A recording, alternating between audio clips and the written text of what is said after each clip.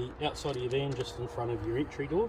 It's purely just an outside storage box, but you do have a 240 volt power supply there, so if you've got an awning up, you can plug in an extra fridge or anything like that you want to add in your awning.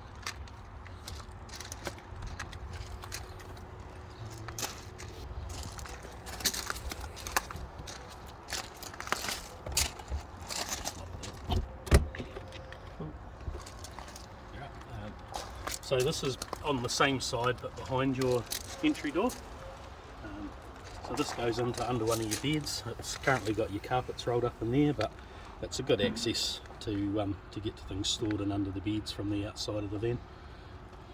There's your filler for your toilet system. So you open it up, that's your filler there. I think they take around 8 to 10 litres, but you'll see when the water level gets to the top there. Other than that, that's all that is for. Down here, this is your cassette. All your lovely byproducts go.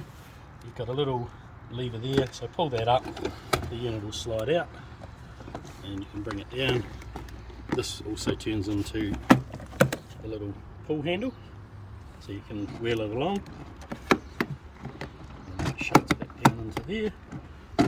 This is the top of your caddy. All of this is operated from the inside, so you don't have to worry about that.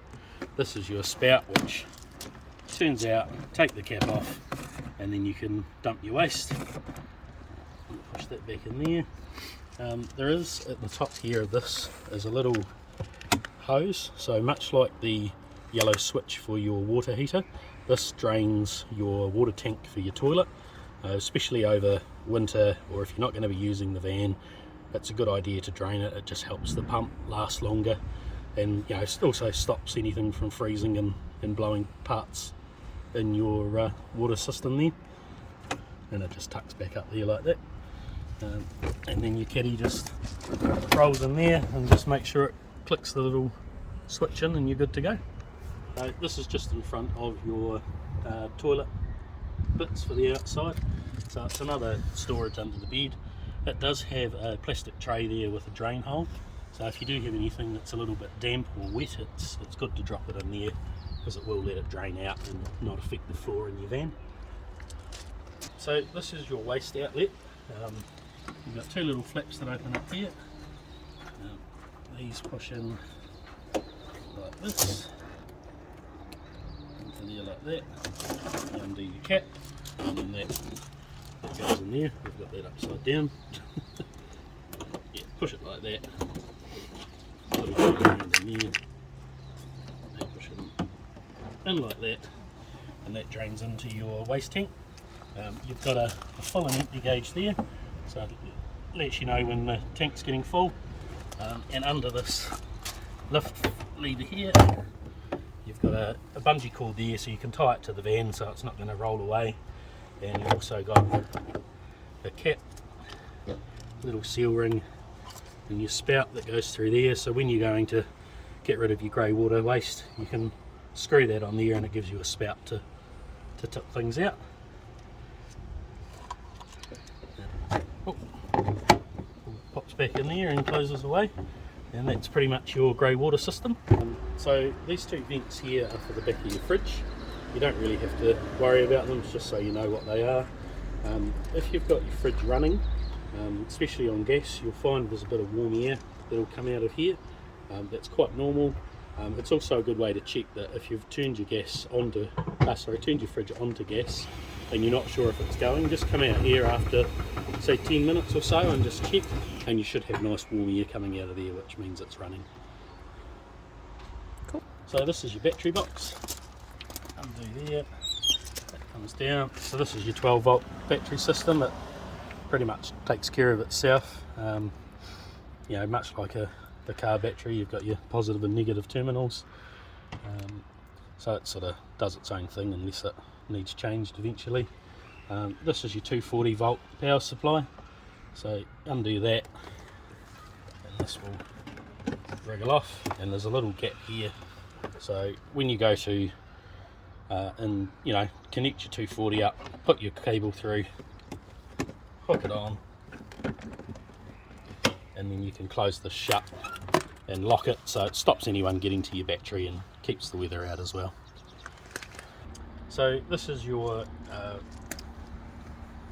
water pump, basically your unit. In behind here is a filter, so you can periodically change those when you need to.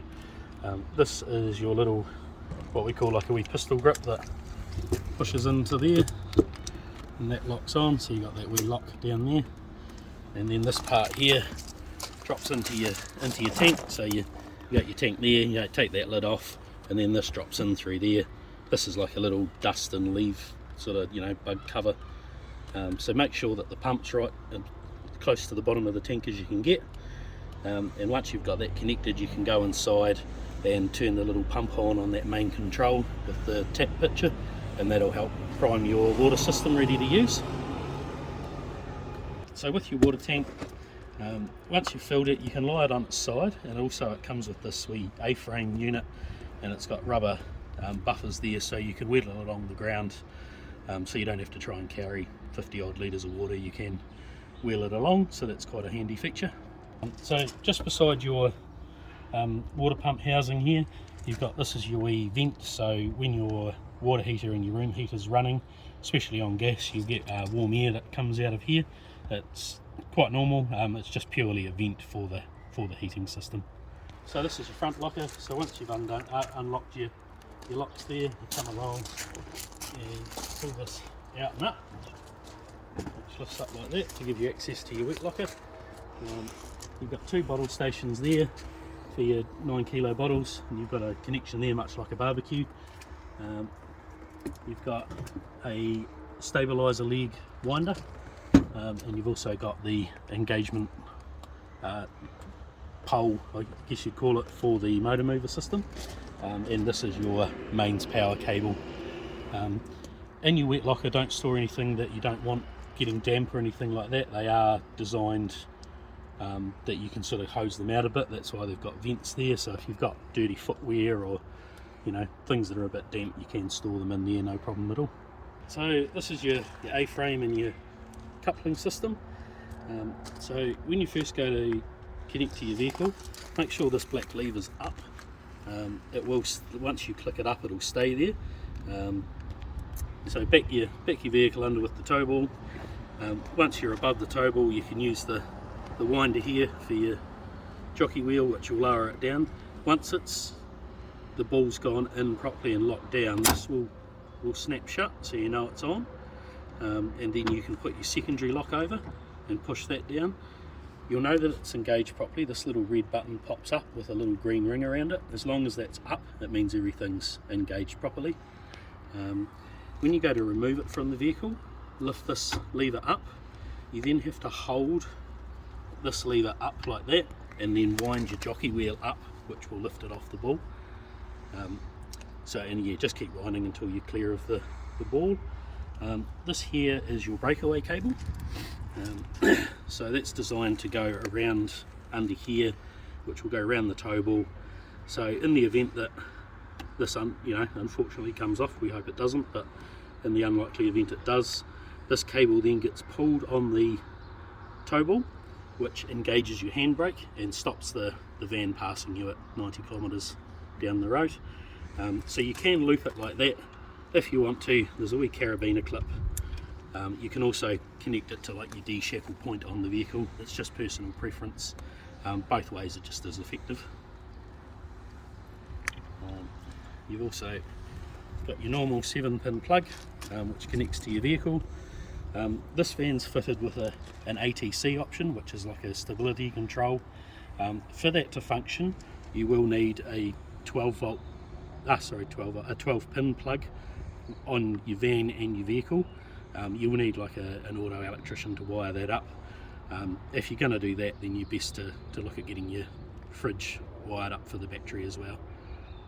Jockey wheel, you've got down here, you've got two little grooves. So once it's connected to the vehicle and you wind your jockey wheel up, make sure these pieces here go into the slots. Just helps with lifting it up. Undo this little lock lever here, and then you can pull the whole jockey wheel system up, and this wheel will come right up into your A-frame, so it's nice and clear of the roadway. And yeah, this is just your handbrake lever, so it's purely just a push down to release and a pull up to lock on. So this is your remote for your motor mover system. So first of all, under here, which is where your 240 plugs into, so there's this little socket. You've got a key here, so that pushes in there and turn it around to on, which engages the power to the motor mover. You then flick your remote on, you'll hear it ticking away, and then you'll hear the unit inside engage, and then it goes solid. And then when we come over here, down to the unit, you've got this little unit here, so you click that onto that, and then grab the lever, and it's sort of one full motion until it locks. You'll feel it clunk into place, and then that comes off, which engages the wheel to the motor mover, and then you've got your controls, so you've got forward, left and right, and same in reverse. Just make sure that your handbrake is off before you go to move it, and vice versa. Once you've finished moving it, make sure you come and put this back on here when I can get it on there, and disengage it, because otherwise it'll act like a giant handbrake as well.